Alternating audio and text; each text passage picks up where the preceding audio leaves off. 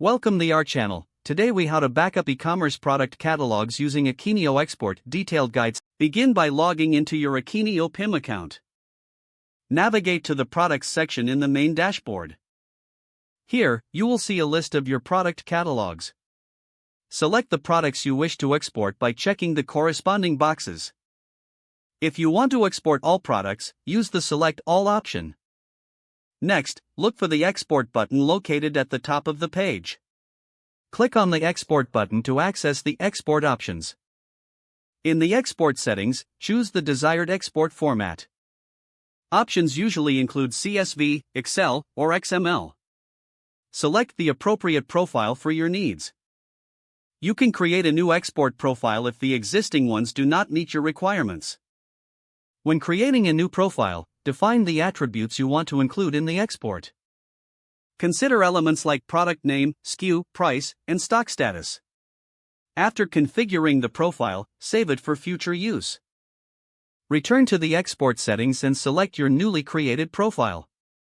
Confirm the selection by clicking on the Export button again. Wait for the export process to complete. This may take a few moments. Once finished, a download link for your exported file will appear. Click on the link to download the file to your computer. Ensure the exported file is saved in a secure location for easy access. You might consider organizing backups in a dedicated folder for e-commerce data.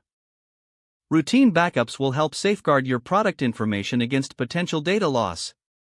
Always verify the contents of the exported file to ensure accuracy.